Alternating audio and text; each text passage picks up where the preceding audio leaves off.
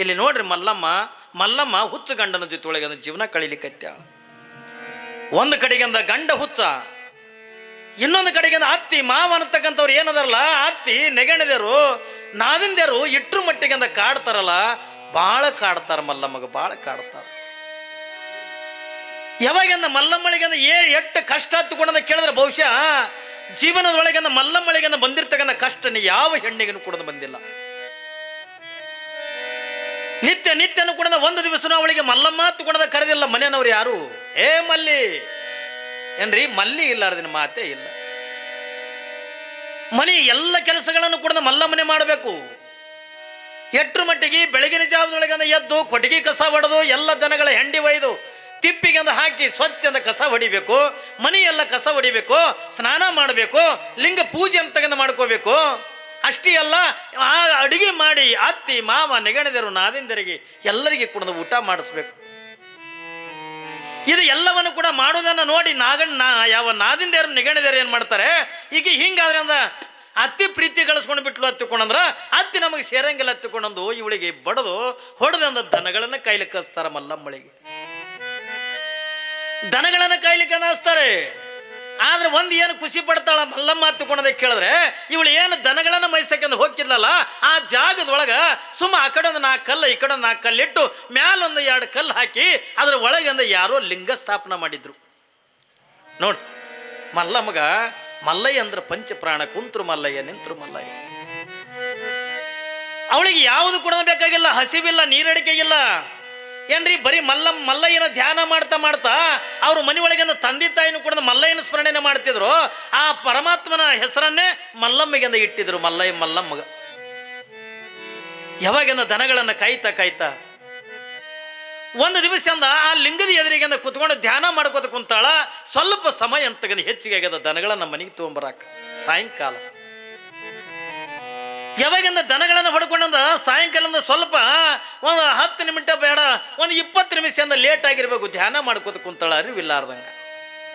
ಯಾರು ಧ್ಯಾನ ಮಾಡ್ತಾಳ? ಮಲ್ಲಯ್ಯನ ಧ್ಯಾನ ಮಾಡ್ತಾಳ. ಯಾವಾಗಿಂದ ಮಲ್ಲಯ್ಯನ ಧ್ಯಾನ ಮಾಡ್ತಾ ಇರ್ತಿದ್ಲಲ್ಲ, ಕೊನೆಗಿಂದ ಸ್ವಲ್ಪ ಲೇಟ್ ಆಗಿ ಮನೆಗೆ ಬಂದ್ಲು. ಬರುದ್ರೊಳಗಿಂದ ಮಲ್ಲಮ್ಮನ ಅತ್ತಿ ಪದ್ಮಾವತಿ ಏನು ಮಾಡಿ ತಗೊಂಡು ಕೇಳಿದ್ರೆ ಕೈಯಾಗಿಂದ ಕುಡುಗೋಲು ಹಿಡ್ಕೊಂಡು ನಿಂತಾಳ. ಯಾವಾಗಿಂದ ಕುಡುಗೋಲು ಹಿಡ್ಕೊಂಡು ನಿಂತಾಳ ಮಲ್ಲಮ್ಮ ದನಗಳನ್ನೆಲ್ಲ ಕೊಟ್ಟಿಗೆ ಒಳಗಿಂದ ಕಟ್ಟಿ ಇನ್ನೇನು ಮನೆ ಒಳಗಿಂದ ಹೋಗಬೇಕನ್ನೋದು. ಏ ಮಲ್ಲಿ ನಿಂದ್ರಲ್ಲಿ, ನೀನು ಇಟ್ಟು ತಡ ಯಾಕೆ ಮಾಡಿ ಬಂದಿದಿ? ನೀ ಯಾವನ ಜೋಡಿ ಅಂದ ಚೆಲ್ಲಾಟ ಆಡಕತ್ತಿ ಅಲ್ಲಿ ಅಡವಿ ಒಳಗ? ನೀ ಯಾರ ಜೊತೆ ಒಳಗಂದ ಚೆಲ್ಲಾಟ ಆಡಕತ್ತಿದಿ ಹೇಳು. ಹೇಳತ್ತುಕೊಂಡದು ಹಿಂಗೆ ಕುಡುಗೋಲು ಬೀಸಿ ಹೊಡೆದ್ರ ಪಾಪ ಮಲ್ಲಮ್ಮನ ಕಾಲ ಹಿಂಗೆ ಸೀಳಿ ಹೋಗ್ಬಿಟ್ಟಿತ್ತು. ಮಲ್ಲಯ್ಯ ಹತ್ತುಕೊಂಡದಕ್ಕೆ ಹೋಗ್ತಾಳ ಪಾಪ. ಯಾರು ಕೇಳಬೇಕು? ಅವತ್ತಿನ ದಿನ ಮಂದಾಗ ಏನು ಮೊಬೈಲ್ನ ಏನು ಫೋನುಗಳಿದ್ವ? ಯಾವಾಗಿಂದ ಮಲ್ಲಮ್ಮ ಹಿಂಗೆ ಕುಡುಗೋಲಿನಿಂದ ಹೊಡೆದ್ರ ಹಿಂಗೆ ಕಾಲ ಕತ್ತರಿಸಿ ಹಿಂಗೆ ರಕ್ತ ಅಂತಕ್ಕಂಥ ಸೋರ್ಲಿಕ್ಕತ್ತದೆ. ಮತ್ತೆ ಇವರಿಗೆಲ್ಲ ಮಲ್ಲಮ್ಮಳಿಂದ ಹೊಲಕ್ಕೆ ಹೋಗಬೇಕಾದ್ರ, ದನಗಳನ್ನು ಮೇಯಿಸ್ಲಕ್ಕೆ ಹೋಗ್ಬೇಕಾದ್ರ ಇವಳಿಗೆ ಚಲೋ ಅಡಿಗೆ ಕಟ್ತಿದ್ದಿಲ್ಲ. ನಿನ್ನೆ ಉಳಿದಿರ್ತಕ್ಕಂಥ ಹಳಸಿದ ಅಂಬಲಿ ಏನ್ರಿ ಹಳಸಿದ ನುಚ್ಚು ಅಂತಕ್ಕಂಥ ಮಲ್ಲಮ್ಮಳಿಗೆಂದ ಕಟ್ತಿದ್ಲ ಅತ್ತಿ. ಯಾವಾಗಿಂದ ಹಂತದ್ರೊಳಗಿಂದ ಉಪವಾಸ ಅದನ್ನೇ ಒಯ್ದ ಜಂಗಮನಿಗೆಂದ ಊಟ ಮಾಡಿಸಿ ತಾನು ಉಪವಾಸ ಇರ್ತಕ್ಕಂಥವಳು ಮಲ್ಲಮ್ಮ ಹಿಂಗೆ ಮನೆಗೆ ಬಂದ್ರೆ ಅಂದ ಕುಡುಗೋಲಿನಿಂದ ಹೊಡೆದು ಯಾವಾಗಿಂದ ರಕ್ತ ಸೋರ್ಲಿಕ್ಕತ್ತದೆ. ಮಲ್ಲಿ ನಿನಗಿನ್ನ ಇದು ಶಿಕ್ಷೆ ಏನು ಕಮ್ಮಿ ನಾನೇನು? ನೀ ತಡ ಮಾಡಿ ಬಂದಿದ್ಯಲ್ಲ, ನೀ ಯಾವನ ಬಲೆಯಿಂದ ಚಕ್ಕಂದ ಆಡಕತ್ತಿದೆ, ಯಾವನ ಜೊತೆಯೊಳಗೆ ಚಕ್ಕಂದ ಆಡಕತ್ತಿದೆ. ಇವತ್ತು ನಿನಗೆ ಬರೀ ಅಂದ ಕುಡುಗೋಲಿನಿಂದ ಹೊಡೆದಿನೇ ಎತ್ಕೊಂಡು ಇಟ್ಟೆ ಶಿಕ್ಷೆ ಅಲ್ಲ. ಇವತ್ತು ನಿನಗಂದ ರಾತ್ರಿಗೆ ಹೊಟ್ಟೆಗೆ ಅನ್ನ ಕೊಡಂಗಿಲ್ಲ, ನೀರು ಕೊಡಂಗಿಲ್ಲ. ನೀನು ಇವತ್ತು 1 ಚೀಲ ಜೋಳ ಅಂತಕ್ಕಂಥ ನೀನು ಬೀಸ್ಬೇಕು. ನೀನು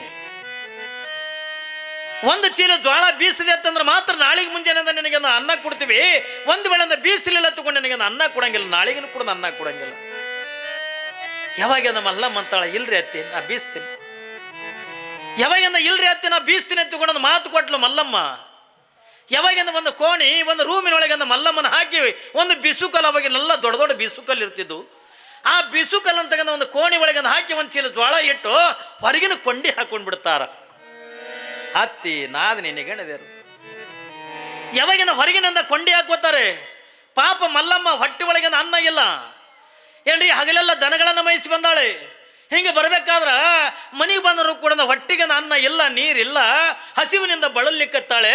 ಹಂಗ ಬೀಸು ಕಲೆ ತಿರುವಿ ಅಂದ ಬೀಸಕತ್ತಾಳ, ಜ್ವಾಳ ಬೀಸಕತ್ತಾಳ. ಬೀಸುವಾಗನು ಕೂಡ ಮಲ್ಲಯ್ಯ ಮಲ್ಲಯ್ಯ ಮಲ್ಲಯ್ಯ ಅನ್ಕೊಂತ ಬೀಸ್ತಾಳ.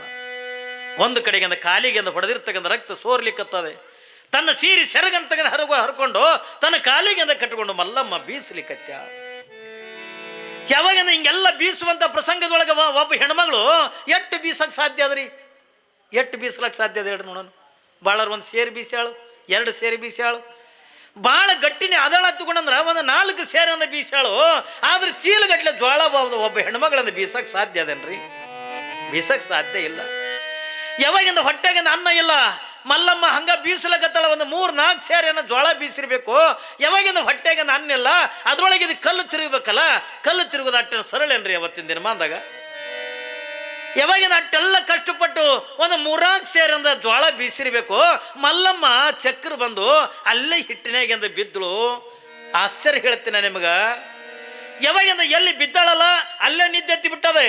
ಆದ್ರೆ ಆಶ್ಚರ್ಯ ಏನು ತಗೊಂಡು ಕೇಳಿದ್ರ ಆಕೆ ಏನು ಬೀಸ್ತಿಲ್ಲ, ಬೀಸುವಂತ ಬೀಸು ಕಾಲ ತಿರುಗುವುದನ್ನ ನಿಲ್ಲಿಲ್ಲ, ಜ್ವಾಳ ಹಿಟ್ಟನ್ನ ಆಗುವುದನ್ನ ನಿಲ್ಲಿಲ್ಲ ಏನ್ರಿ.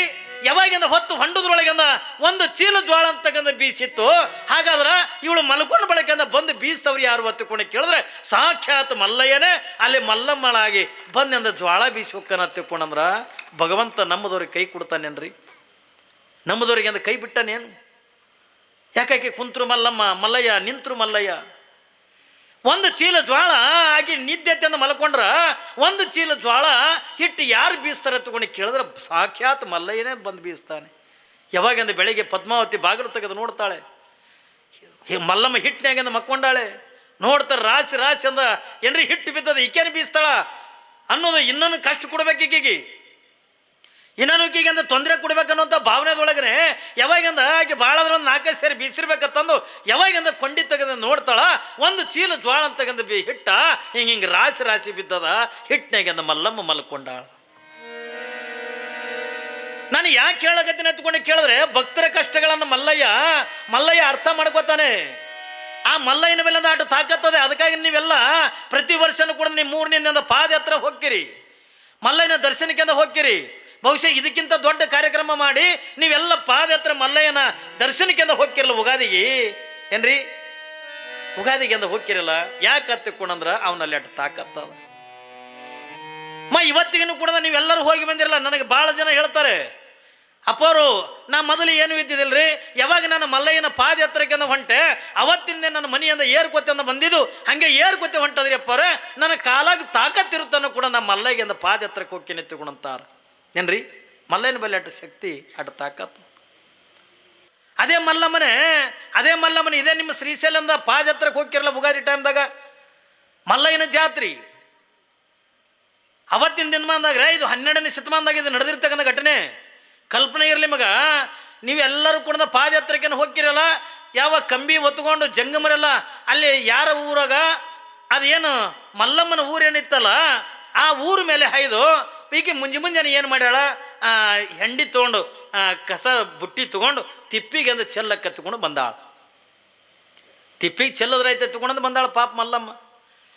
ಯಾವಾಗಿಂದ ತಿಪ್ಪಿಗೆ ಚೆಲ್ಲದ್ರೈತೆ ತಗೊಂಡು ಬರೋದ್ರಾಗ ಇವರೆಲ್ಲ ಕಂಬಿ ಹೊತ್ಕೊಂಡು ಹೊಂಟಿರ್ತಕ್ಕಂಥ ಯಾವ ಜಂಗಮರಾಗಲಿ ಇನ್ನಿತರ ಪಾದಯಾತ್ರೆ ಮಾಡ್ತಕ್ಕಂಥವ್ರಾಗಲಿ ಎಲ್ಲರೂ ಮಲ್ಲಯ್ಯ ನೀವು ಹಾಡ್ತೀರಿ ನೋಡ್ರಿ. ಮೊನ್ನೆ ಬರುವತ್ನಾಗ ಹಾಡದ್ರಿ ಏನ್ರಿ? ನಿನ್ನೇನು ಪಾಪ ನಮ್ಮ ಮಲ್ಲಯ್ಯನ ದೇವಸ್ಥಾನದವರು ಅವರು ಕೂಡ ನಿನ್ನೆ ಮಲ್ಲಯ್ಯನ ಪದ ಹಾಡ್ಕೊತ ಬಂದರು. ಎಷ್ಟು ಚಂದ ಹಾಡ್ತಿರ್ತಾರಂತೆ. ನೀವು ಹಾಡ ಭಾಳ ಚಂದ. ಅವಾಗಿನ ನಾವು ಸಣ್ಣವರಿದ್ದಾಗ ನೋಡ್ತಿದ್ದೀವಿ, ಒಂದು ದೇವಸ್ಥಾನದಾಗ ಒಬ್ಬನ ಪರಮಾತ್ಮನ ಮಾಡ್ತಿದ್ರು, ಹಿಂಗೆಲ್ಲ ಮಾಡಿ ಪಾತ್ರಗಳು ಮಾಡಿ ಮಲ್ಲಯ್ಯದಿಂದ ಇದು ಮಾಡ್ತಿದ್ರು 15 ದಿನಗಟ್ಟಲೆ. ಯಾವಾಗ ಇವ್ರು ಏನು ಕಂಬಿ ಹೊತ್ಕೊಂಡಿರ್ತಕ್ಕಂಥ ಜಂಗಮರೇನಂದ ಮಲ್ಲಯ್ಯ ಆ ಮಲ್ಲಯ್ಯನ ಧ್ಯಾನ ಮಾಡ್ಕೊತ ಹೊಂಟಾರ. ಈಕೆ ಕಸ ಚೆಲ್ಲಿ ಬುಟ್ಟಿ ತೊಗೊಂಡು ತಿರುಗಿ ಬರ್ತಿದ್ಲು. ಹೆಂಗ ಮಾಡಿರಿ ಮಲ್ಲಯ್ಯನ ಧ್ಯಾನ ಆಗೋದು ಜನ್ಮ ಪಾವನ ತಿಳ್ಕೊಂಡಂಥ ಹಾಡ ಈಗ ತಾನೇ ಗವಾಯಿಗಳು ಹಾಡೋದಲ್ಲ. ಇದು ಅವತ್ತಿನ ದಿನಮಾನದೊಳಗೆ ಎಲ್ಲ ಪಾದಯಾತ್ರಿಕರು ಎಲ್ಲ ಜಂಗಮರೆಲ್ಲ ಮಲ್ಲಯ್ಯ ತಿಳ್ಕೊಂಡು ಮಲ್ಲಯ್ಯನ ಜೋರಾಗಿ ದನಿ ಮಾಡಿ ಹಿಂಗೆ ಮಲ್ಲಯ್ಯನ ಧ್ಯಾನ ಮಾಡ್ಕೊತಿಂದ ಹೊಂಟಿದ್ರು. ಈಗ ಮಲ್ಲಮ್ಮ ಏನು ಮಾಡ್ಯಾಳತ್ತಂದ್ರೆ ಅದೇ ತಾನೇ ತಿಪ್ಪಿಗೆ ಅಂದ ಏನ್ರಿ ಸಗಣಿ ಚೆಲ್ಲಿ ಕಸ ಚೆಲ್ಲಿ ತಿರುಗಿ ನೇನು ಮನೆಗೆ ಹೋಗ್ಬೇಕಂತೇಳಿ ಬರೋದ್ರಾಗ ಇವರು ಎದುರಿಗೆ ಅಂದ ಯಾರು ಬರ್ತಾರತ್ತಂದ್ರೆ ಈ ಮಲ್ಲಯ್ಯನ ಪಾದಯಾತ್ರಕ್ಕೆ ಹೋಗೋರು ಬಂದರು. ಯಾವಾಗಿಂದ ಮಲ್ಲಯ್ಯನ ಪಾದಯಾತ್ರೆಗೆ ಹೋಗೋರು ಅಂತ ಬಂದರು. ಆಕೆ ಎಷ್ಟು ಆನಂದ, ಮಲ್ಲಯ್ಯನ ಧ್ಯಾನ ಕೇಳಿದ್ರೆ ಅಷ್ಟು ಆನಂದ. ಮೊದಲೇ ಆಕೆ ಮಲ್ಲಯ್ಯನ ಭಕ್ತಳು ಮಲ್ಲಮ್ಮ. ಯಾವಾಗಿಂದ ಇವ್ರು ಜಂಗಮರ ಮಲ್ಲಯ್ಯ ಮಲ್ಲಯ್ಯ ಹಿಂಗೆ ಮಲ್ಲಯ್ಯ ತಗೊಂಡು ಅನ್ನುವಂಥ ಧ್ಯಾನ ಮಾಡೋದನ್ನು ನೋಡಿದ್ರ ಏನ್ರಿ ಆಕೆಗೆ ಇಟ್ಟು ಆನಂದ ಐತಲ್ಲ, ಇಟ್ಟು ಖುಷಿ ಐತಲ್ಲ. ಆನಂದದೊಳಗೆ ಅಂದ ಕೇಳ್ತಾ ಕೈಯ ಬುಟ್ಟಿ ಹಿಡ್ಕೊಂಡು ಅಲ್ಲೇ ನಿಂತಳು. ಯಾವಾಗಿಂದ ಅಲ್ಲೇ ನಿಂತ್ಕೊಂಡು ಕಣ್ಣು ಮುಚ್ಕೊಂಡಿಂದ ನಿಂತಳು. ಯಾವಾಗ ಅಲ್ಲಿ ಸಮೀಪ ಬಂದು ಕೂಡಲೇನ ಅಪ್ಪ ಎಲ್ಲಿಗೆ ಹೋಗ್ತೀರಿ ಪಾತ್ಕೊಂಡು ಕೇಳೋದು. ನಾವು ಮಲ್ಲಯ್ಯನ ದರ್ಶನಕ್ಕೆ ಹೊಂಟಿವಿವ, ಶ್ರೀಶೈಲಕ್ಕೆಂದ ಹೊಂಟೀವಿ. ಯಪ್ಪ ನನಗೂ ಬರ್ಬೇಕು, ನನಗೆ ಆಸೆ ಭಾಳ ಅದ. ನನಗೂ ನನ್ನ ಮಲ್ಲಯ್ಯನ ನೋಡಬೇಕು, ಮಲ್ಲಯ್ಯನ ದರ್ಶನ ಮಾಡ್ಕೋಬೇಕು, ಮಲ್ಲಯ್ಯನನ್ನು ಕಾಣಬೇಕಂತನ್ನುವಂಥ ಆಸೆ ನನಗೂ ಕೂಡ ಭಾಳ ಅದ ನನ್ನಪ್ಪ. ಆದ್ರೆ ಏನು ಮಾಡಲಿ, ನನ್ನ ಮನೆಗೆ ನನಗೆ ಹತ್ತಿ ಕಳಿಸಂಗಿಲ್ಲ. ನಾನು ಏನು ಮಾಡಲಿ ಎತ್ತಿಕೊಂಡಂದು ಪಾಪ ಮಲ್ಲಮ್ಮ ಕಣ್ಣೀರು ಹಾಕೋತ ನಿಂತು. ಯಾವಾಗಿಂದ ಕಣ್ಣೀರು ಹಾಕ್ಲಕತ್ಲು. ಒಬ್ಬ ಜಂಗಮಾಮೂರ್ತಿ ಏನಂದ, ಯವ್ವ ಒಂದು ಸಾರಿ ಹೋಗ್ಬೇಕತ್ತಿಕೊಂಡು ಮನಸ್ಸಿನ ಬಂತು ಅಂತಂದ್ರೆ ನಡೆದು ಬಿಡವ, ನಮ್ಮ ಜೊತೆಗಳೇನು ಬಾ ಹತ್ತಿಕೊಂಡನು. ಯಪ್ಪ ಮತ್ತು ಮನ್ಯಾಗ ಹಂಗ ಅದು ಏನು ಮನೆಗೆ ನೀವೇನು ಬೇಡ, ನಿನ್ನ ಮಲ್ಲಯ್ಯನ ನೋಡ್ಬೇಕಲ್ಲ, ನಿನಗೆ ಮಲ್ಲಯ್ಯನ ದರ್ಶನ ಆಗಬೇಕಲ್ಲ, ಅದಕ್ಕೆ ನಮ್ಮ ಜೊತೆಗಳಿಗೆ ಬಂದು ಬಿಡು ಹತ್ತಿಕೊಂಡಂದಾಗ ಆ ಮಲ್ಲಮ್ಮ ಏನು ಮಾಡ್ತಾಳೆ ಹತ್ತಿಕೊಂಡು ಕೇಳಿದ್ರೆ ಜಂಗಮರ ಮಾತು ಕೇಳಿ ಅದು ಏನು ತಂದಿಲ್ಲ ಬುಟ್ಟಿ, ಆ ಬುಟ್ಟಿ ಅಲ್ಲೇ ಇಟ್ಟು ಅವ್ರ ಜೋಡನೆ ಭಜನೆ ಮಾಡ್ಕೋತ ಹೋಗಿಬಿಟ್ರು. ನೋಡ್ರಿ ಬುಟ್ಟಿ ಅಲ್ಲೇ ಇಟ್ಲು ದಾರಿ ಮ್ಯಾಗ. ಯಾವಾಗಿಂದ ಮಲ್ಲನ ಜಂಗಮರ ಜೊತೆಯೊಳಗೆ ಅಂದ ತಾನು ಕೂಡ ಮಲ್ಲಯ್ಯ ಅನ್ಕೋತಂದ ಹಾದ್ಲು. ಆಶ್ಚರ್ಯ ಏನು ಹೊತ್ತುಕೊಂಡು ಕೇಳಿದ್ರೆ ಇವಳು ಮಲ್ಲಯ್ಯನ ದರ್ಶನಕ್ಕೆ ಎಲ್ಲಿಗೆ ಹೋಗ್ಕಳ, ಶ್ರೀಶೈಲಕ್ಕೆ ಅಂದ ಮಲ್ಲಮ್ಮ ಹೋಗ್ಕಳೆ. ಆದ್ರೆ ಆಶ್ಚರ್ಯ ಏನು ಹೊತ್ತುಕೊಂಡಂದ್ರೆ ಅವಳ ಊರು ದಾಟಂದು ಈ ಕಡೆ ಹೋಗೋದ್ರೊಳಗೆ ಸಾಕ್ಷಾತ್ ಮಲ್ಲಯ್ಯನೇ ಮಲ್ಲಮ್ಮನ ರೂಪ ತಾಳಿ ಬಂದು ಆ ಹೆಂಡಿ ಬುಟ್ಟಿ ತಗೊಂಡಂದ ಅತ್ತಿ ಮನೆಗೆ ಅಂದ ಹೋಗ್ಕಾನ. ಏನ್ರಿ ಮಲ್ಲಮ್ಮನ ಮನೆಗೆ ಹೋಗ್ಕಾನ ಅಲ್ರಿ. ಮಲ್ಲಮ್ಮ ನೋಡ್ತೆ ಅವನ ದರ್ಶನಕ್ಕೆ ಅಂದ ಶ್ರೀಶೈಲಕ್ಕೆ ಅಂದ ಪಾದಯಾತ್ರೆಗೆ ಅಂದ ಹೋಗ್ಯಾಳೆ. ಆದ್ರೆ ಅದೇ ಶ್ರೀಶೈಲದೊಳಗಿರ್ತಕ್ಕಂಥ ಮಲ್ಲಯ್ಯನೇ ಏನ್ರಿ ಮಲ್ಲಮ್ಮನ ರೂಪ ತಾಳಿ ಬಂದು ಹೆಂಡಿ ಬುಟ್ಟಿ ತಗೊಂಡಂದ ಅತ್ತಿ ಮನೆಗೆ ಅಂದ ಹೋಗ್ಕಾನ. ಇವಳು ಪಾದಯಾತ್ರೆ ಮುಗಿಸ್ಕೊಂಡು ತಿರುಗಿ ಅಂದ ಊರಿಗೆ ಬರುವವರೆಗೂ ಕೂಡ ಅತ್ತಿ ಕೈಕಾಲು ಒತ್ತಾನ. ಏನ್ರಿ ಮನೆಯ ಕೆಲಸ ಮಾಡ್ತಾನ, ನಾದಿಂದರ ಸೇವಾ ಮಾಡ್ತಾನ, ನೆಗಣದರ ಸೇವಾ ಮಾಡ್ತಾನ, ಒಂದು ಕಡೆಗೆ ಅಂದ ಗಂಡನ ಸೇವಾ ಮಾಡ್ತಾನ. ಮನೆಗೆ ಎಲ್ಲ ಸಲ್ತಕ್ಕಂಥ ಎಲ್ಲನೂ ಕೂಡ ಮತ್ತೆ ಆಕಳ ಕಾಯ್ಲಕ್ಕಂದ ಹೋಗ್ತಾನೆ ಅಲ್ರಿ. ಅವನನ್ನು ನಂಬಿ ಬಿಟ್ಟಾಳಕ್ಕೆ ಮಲ್ಲಮ್ಮ, ಅವಳನ್ನು ನಂಬ್ಯಾನನ್ರಿ ಮಲ್ಲಯ್ಯನನ್ನು ನಂಬ್ಯಾಳ ತಿಳ್ಕೊಂಡಂದಾಗ ಮಲ್ಲಯ್ಯ ಕೈ ಹಂಗೆ ಬಿಡ್ತಾನ್ರಿ. ಒಂದು ವೇಳೆ ಅಪ್ಪಿ ತಪ್ಪಿ ಅಂದಕ್ಕೆ ಹೇಳಾರ್ದೆ ಹಾಗೆ ಹೋಗಿ 15 ದಿವ್ಸ ಬಿಟ್ಟು ಅಂದ ಮತ್ತೆ ಊರಿಗೆ ಬಂದ್ರೆ ಅತ್ತಿಕ್ಕಿನ ಮನೆಯಾಗ ಇಟ್ಕೊಳ್ತಿದ್ಲ ನನಗೆ. ಏನ್ರಿ ಇಟ್ಕೊತಿದ್ದಲ್ರಿ. ಬರೇ ಒಂದು 20 ನಿಮಿಷದಿಂದ ಲೇಟ್ ಮಾಡಿ ಬಂದ್ರೆ ಕುಡುಗೋಲಿನಿಂದ ಹೊಡೆದಕ್ಕಿ 15 ದಿವ್ಸ ಬಿಟ್ಟು ಬಂದ್ರೆ ಈಕಿನ ರುಂಡೆ ತೆಗಿತಿದ್ಲಕ್ಕಿ. ಒಂದೊಂದು ಇರ್ತಾವೆ ಆತಿದ್ದಾರು, ಇರ್ತಾವಿಲ್ರಿ, ಇರ್ತಾವೆ ಎಲ್ಲ ಕಡೆ ಇರ್ತಾವೆ. ಆತಿದಾರನು ಇರ್ತಾರೆ, ಸ್ವಸ್ಥರು ಹಂಗೆ ಇರ್ತಾರೆ. ಅವಾಗಿನ ಹಂಗೆ ಅಂದ ಏನು ಆತ್ತಿ ತಂದುಕೊಂಡ್ರೆ ಇಲ್ಲವ ನಮ್ಮ ಅತ್ತಿ ನಮ್ಮ ಅವ್ವ ಇದ್ದಂಗೆ ಹಾಳತ್ಕೊಂಡು ಅನ್ನೋರು ಯಾರೇ ಒಬ್ರಿ ಅದಾರ್ರಿ, ಅದಾರ ಹೇಳ್ರಿ ನೋಡೋಣ. ಎಲ್ಲಿನೂ ಕೂಡ ಮಗಳ ಹಂಗೆ ಅಂದ ಯಾವ ಅತ್ತಿನೂ ಕೂಡ ನೋಡಂಗಿಲ್ಲ, ತಾಯಿ ಹಂಗೆ ಅಂದ ಯಾವ ಸೊಸಿನೂ ಕೂಡ ನೋಡಂಗಿಲ್ಲ. ಯಾರು ನೋಡ್ತಾರೆ? ಮೊನ್ನೆ ನಾ ಒಂದು ಗಾಬರಿ ಆಗಿದ್ದೆ. ಪಾಪ ಒಬ್ಬ ಹೆಣ್ಮಗಳು ಏನ್ರಿ ಅತ್ತಿ ಮುಂದೆ ಹೊಂಟಾಳ, ಹಿಂದೆ ಸೊಸಿ ಕುರ್ಚಿ ಹಿಡ್ಕೊಂಡು ಹೊಂಟಾಳ. ಪುರಾಣಕ್ಕೆ ಬಂದು ಕುಂದ್ರಾಕಿ ಏನ್ರಿ ಪುರಾಣದಾಗಿಂದ ಬಂದು ಕುಂದ್ರಾಕಿ. ಅದು ಕುಂದ್ರಲಿಲ್ಲ ಮುದುಕಿ. ಇಲ್ಲಿ ಎದ್ಕೊಂಡು ಅಲ್ಲಿ ಎದ್ದು ಹೋಗೋದು, ಅಲ್ಲಿ ಎದ್ಕೊಂಡು ಇಲ್ಲಿ ಎದ್ದು ಹೋಗೋದು. ಏನ್ರಿ ತಿರುಗಾಡ್ತಿತ್ತು ಮುದುಕಿ. ಯಾವಾಗಿಂದ ತಿರುಗಾಡ್ತಿದ್ದೆ ಆಕಿ ಎಲ್ಲೆಲ್ಲಿ ಹೋಗ್ಕಳ ಅಲ್ಲೆಲ್ಲಿ ಕುರ್ಚಿ ತೊಗೊಂಡು ಹೋಗಕ್ಕಿ. ನಾ ಗಾಬರಿ ಅದೇ ಅವ್ರು ಏನು ಆಗ್ಬೇಕು ನಿಮಗೆ ರೀ ಅಂದೇನ. ಪುರಾಣ ಮುಗಿದ ಕೂಡೇನ ನಮ್ಮ ಅತ್ತಿಯವರಾರಿ ಏನು ನಿಂದ ಎಷ್ಟು ಭಕ್ತಿ, ಅಷ್ಟೇ ಅತ್ತಿಯನ್ನು ಇಟ್ಟು ಪ್ರೀತಿದಿಂದ ಕಾಣ ಹೆಣ್ಣೆ ನಾನು ನೋಡಿಲ್ಲ. ಏನ್ರಿ ಇಟ್ಟು ಪ್ರೀತಿದಿಂದ ಕಾಣೋದು ಹೆಣ್ಣೆ ನಾನು ನೋಡಿಲ್ಲ. ಆಕೆ ಅಂದು ನಂದ್ಯಾವ್ದು ಪ್ರೀತಿ ಎಪ್ಪ ಅಂದು. ಮತ್ತು ಏನು ಆಕೆ ಎಲ್ಲೆಲ್ಲಿ ಹೋಗ್ಗಳಲ್ಲಿ ಕುರ್ಚಿ ತೊಗೊಂಡೋಕಿ ಅಯ್ಯದ್ರ ಬಾಯ ಮಣಿಸಿ ನಂದು ಸೀರೆ ಉಟ್ಕೊಂಡದ ಹಂಗ್ರಿ. ಸೊಸಿ ಸೀರೆ ಉಟ್ಕೊಂಡು ಹೋಗಳ ಇದು ಎಲ್ಲೆಲ್ಲಿ ಕುಂದಿರ್ತದೆ, ಎಲ್ಲೆಲ್ಲಿ ಹೊಲಸು ಮಾಡ್ಕೊಂಡು ಬರ್ತದೆ ಅಂತಂದು ಕುರ್ಚಿ ತೊಗೊಂಡು ತಿರ್ಗ. ಮತ್ತು ಏನು ಮಾಡ್ಬೇಕ್ರಿ? ಇವೇ ಈಗ ಇವತ್ತಿನ ದಿನಮಾನದ ಪ್ರೀತಿ ಅಂದ್ರೆ ಹೌದಿಲ್ಲ. ಇವತ್ತಿನ ದಿನಮಾನದಿಂದ ಪ್ರೀತಿ ಇಟ್ಟೆ. ಈಗ ಒಂದೊಂದು ಮನೆಯಾಗಂದು ಹತ್ತಿದಾರ ಇರ್ತಾವ. ಪಾಪ ಅಂದ ಅತ್ತಿ ಒಳಗೆ ಬರೋದಕ್ಕೆ ಈಕೆ ಮನ್ಸದ ಮ್ಯಾಗ ಕೂತಿದ್ಲು ಸೊಸಿ. ಅತ್ತಿ ಬಂದ ಕೂಡ ಎದ್ದು ಇಳದಿಂದ ಕೆಳಗೆ ಕೂತ್ಲು. ಅವಾಗ ಅತ್ತಿ ಸುಮ್ಮ ಕುಂದ್ರಬೇಕಿಲ್ಲ, ಅಟ್ಟೆ ಗೌರವ ಕೊಟ್ಟಾಳ. ಸುಮ್ಮ ಕುಂದ್ರಲಿಲ್ಲ. ಇವು ಕೆಟ್ಟ ಕ್ವಾಡಾಗ ಮುದುಕ್ಯಾರು ಏನ್ರಿ ಸುಮ್ಮ ಕುಂದ್ರಲಿಲ್ಲ. ಆಕೆ ಅಂದು ನಾನೇ ನೆಲದ ಮ್ಯಾಗ ಕೂತ್ರೆ ನೀ ಎಲ್ಲಿ ಕುಂದಿರ್ತಿ ಅಂದು. ನಾನೇ ನೆಲದ ಮ್ಯಾಗ ಕೂತ್ರೆ ನೀ ಎಲ್ಲಿ ಕುಂದಿರ್ತಿ? ಅತ್ತಿ ನಾ ಹಿಂಗೆ ತೆಗೆದು ಕೆಳಗೆ ಕುಂದಿರ್ತೀನಿ. ನಾನೇ ತೆಗಿನಾಗ ಕೂತೀನಿ ಅಂದ್ರೆ ಎಲ್ಲಿ ಕುಂದಿರ್ತಿ? ಮ್ಯಾಗ ಮಣ್ಣು ಮುಚ್ಚಿ ನೀನು ಮ್ಯಾಲೆ ಕುಂದಿರ್ತೀನಿ ಅಂದ್ಲತ್ತ. ಹೆಂಗ್ರಿ ಮತ್ತು ಎಲ್ಲಿ ಥರ ತಾಳ್ತಾವ ಅವು. ಇದು ಅತ್ತಿ ಸೊಸಿ ಹತ್ತಿಕೊಂಡಂದ್ರೆ ಭಾಳ ಮಜಾ ಇರ್ತದ ಏನ್ರಿ. ಇವೆಲ್ಲ ಪ್ರೀತಿ ಸುಮ್ಮನೆ ನೋಡೋಕೆಂದ. ಅದಕ್ಕಾಗಿ ಹೆಣ್ಮಕ್ಳು ಗಂಡನ ಮನೆಗೆ ಹೋಗಾಗೆಂದ ಅಳ್ತಾರೆ, ಗೊತ್ತದಿಲ್ಲ ನಿಮಗೆ. ಅಳ್ತಾರಿಲ್ಲ, ಎಲ್ಲರೂ ಕೊಳ್ಳೆಗೆ ಹಾಕ್ಕೊಂಡು ಏನು ಒಂದು ಸೌ ಅಂತ ಅಳ್ತಿರ್ತಾರೆ. ಅವ ಮದುವೆ ಮಾಡ್ಕೊಂಡು ಗಂಡ ನಗಿತಿರ್ತಾರೆ. ಅಲ್ಲೋ ಹುಚ್ಚುಗೊಟ್ಟಿ ಆಕಿ ಅಳ್ಳಕತ್ತಾಳ, ನೀ ನಗಲಕೈತಿ ಅಲ್ಲ. ಆಕಿ ಇವತ್ತು ಒಂದೇ ದಿವಸ ಅಳ್ತಾಳ, ದಿನ ನಾ ಅಳ್ಬೇಕಲ್ಲ. ಇವತ್ತು ಒಂದು ದಿವಸ ನಗಿತೀನಿ ಚಂದ. ಅಗದಿ ಮೇಕಪ್ ಮಾಡಿರ್ತಾರಲ್ಲ, ಇವ ಅವತ್ತೊಂದು ದಿವಸ ಅಂದ ನಗದು. ಯಾಕ್ರಿ ನಾ ಕೇಳ್ದವ್ನಿಗೆ ಅಲ್ಲೋ ಮತ್ತು ಆಕಿ ಹೆಣ್ತಿದ್ದಕ್ಕೆ ಅಂದ ಅವ್ರು ಅವ್ನ ಕೊಳ್ಳಿಗೆ ಅವ್ರ ಅಪ್ಪನ ಕೊಳ್ಳಿಗೆ ಬಿದ್ದು ಅಳ್ಳಕತ್ತಾಳ, ನೀನು ನೋಡಿದ್ರೆ ಅಲ್ಲಿ ಕಿಸ್ಕೊತ್ ನಿಂತಿದ್ದು ಅಂದ್ಕೊಳ್ಳ. ಏನು ಮಾಡ್ಬೇಕು ಮುತ್ತಾರೆ, ಆಯ್ತಲ್ಲಿ ಹೊತ್ತು ನಗುನೇ ಹೋಯ್ತು ನಮ್ಮದು. ಇವತ್ತು ಒಂದೇ ದಿವಸ ನಕ್ಕಿ ಬಿಡ್ತೀನಿ ರೀ ಅಂದ. ಮುಂದಿನ ನಗದೇ ಇಲ್ಲ. ಯಾಕ ಮುಂದೆ ಚಲೋನೇ ಹಾಕದಲ್ಲ ಭಜನ. ಅದಕ್ಕಾಗಿ ಹೆಣ್ಮಕ್ಳಂದ ಗಂಡನ ಮನೆಗೆ ಹೋಗುವಂಥ ಪ್ರಸಂಗದೊಳಗೆ ಸುರುವಿನ ದಿವಸದಿಂದ ಎಲ್ಲರೂ ಕೂಡ ಅಳ್ತಾರಿಲ್ರಿ, ದುಃಖ ಮಾಡ್ತಾರೆ, ಕಣ್ಣೀರು ಹಾಕ್ತಾರೆ, ಏನೆಲ್ಲ ಅಳ್ತಾರ ಕರೀತಾರ. ಯಾಕೆ ಹತ್ತುಕೊಂಡಂದ್ರೆ ನಾ ಈಗ ಗಂಡನ ಮನೆಗಿಂದ ಹೊಂಟೀನಿ, ಗಂಡ ಹೆಂಗದನೋ ಗೊತ್ತಿಲ್ಲ, ಅತ್ತಿ ಹೆಂಗದಳೋ ಗೊತ್ತಿಲ್ಲ, ಮಾವ ಹೆಂಗದನೋ ಗೊತ್ತಿಲ್ಲ, ಅಲ್ಲಿ ಮನೆಗಿರ್ತಕ್ಕ ನಾದಿಂದೇರು ಯಾವ ರೀತಿಯಾಗಿ ಅದಾರತ್ತ ಅನ್ನೋದು ಗೊತ್ತಿಲ್ಲ. ನಾನು ಇಲ್ಲಿ ಸುಖದಿಂದ ಬೆಳೆದಿದ್ದೆ, ಇಲ್ಲೇ ಪರಂತರ ಸುಖದಿಂದ ಬೆಳೆದಿದ್ದೆ, ಇವತ್ತು ಹೋಗಿ ಅಂದ ಅಲ್ಲಿ ಕಷ್ಟ ಪಡಬೇಕಲ್ಲ ಹತ್ತಿಕೊಂಡನ್ನುವಂಥ ನೆನಪು ಮಾಡ್ಕೊಂಡು ಅಳ್ತಾರೆ. ಹೌದಲ್ರಿ. ಅಲ್ಲಿಗೆ ಹೋದ ಬಳಕ ಅವರೇ ನೀವು ಹೌದ್ರೆ ಸುಮ್ಮಿರಂಗಿಲ್ಲ. ಈ ತಂಗಿ ಆ ಮನ್ಯಾಗ ನೀ ಎಲ್ಲ ಹೇಳಿದ್ದು ಕೇಳಬೇಕಾಯ್ತು, ನಿಮ್ಮ ಅತ್ತಿ ಜುಟ್ಟ ನಿನ್ನ ಕೈ ಹಿಡ್ಕೊ ಹೋಗೋತ್ತೆ ಬುದ್ಧಿ ಹೇಳಿ ಹೊಂಟಿರ್ತೀರಿ. ಅವು ಕಲಿಸಿರ್ತಿರ್ಲಿ ಹೆಣ್ಮಕ್ಳಿಗೆ ಅಂದ್ಕೊಂಡು ನೀನು ಜುಟ್ಟ ಹಿಡ್ಕೊಂಡು ಎಲ್ಲ ಸುತ್ತ ಹರಿತಾವೆ ನೀನು ಸುತ್ತ.